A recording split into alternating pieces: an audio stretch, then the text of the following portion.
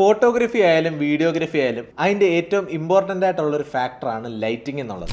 Light എവിടെ place ചെയ്യുന്നു, എങ്ങനെ ആംഗിൾ ചെയ്യുന്നു, അതുപോലെ തന്നെ ഇമ്പോർട്ടൻ്റ് ആയിട്ടുള്ള കാര്യമാണ് ഫർദർ നമ്മൾ അതിനെ എങ്ങനെ കൺട്രോൾ ചെയ്യുന്നു എന്നുള്ളത്.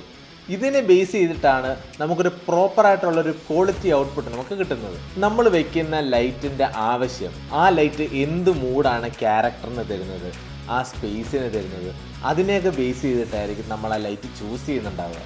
മിക്കപ്പോഴും ബിഗിനേഴ്സ് അവർക്ക് പ്രിഫറബിൾ അല്ലാത്ത ആംഗിളുകളിൽ ലൈറ്റ് പ്ലേസ് ചെയ്തിട്ട് പിന്നീട് അതിനെ കട്ട് ചെയ്യാനോ കൺട്രോൾ ചെയ്യാനോ ശ്രമിക്കുമ്പോൾ അവർ ഉദ്ദേശിക്കുന്ന രീതിയിൽ അത് ഷേപ്പായി വരാതെ ബുദ്ധിമുട്ടാറുണ്ട്. ഇതിനൊരു ബേസിക് ടിപ്പ് പറയുവാണെങ്കിൽ, ഒരു ലൈറ്റ് പ്ലേസ് ചെയ്ത് അതിനൊരു 45 ഡിഗ്രി ആംഗിൾ താഴേക്ക് വെച്ചാലാണ് അതിൻ്റെ സ്പിൽ, ഗ്ലെയർ, ബൗൺസ് തുടങ്ങിയവ കൺട്രോൾ ചെയ്ത് നമുക്ക് അതിനൊരു ക്വാളിറ്റി ഔട്ട്പുട്ട് കിട്ടാൻ നമുക്ക് സാധിക്കത്തുള്ളൂ. ലൈറ്റിൻ്റെ ഇൻറ്റൻസിറ്റി കട്ട് ചെയ്യാൻ അതിനെ നല്ലൊരു ഡിസ്റ്റൻസിൽ വെച്ച് കഴിഞ്ഞാൽ സാധിക്കും.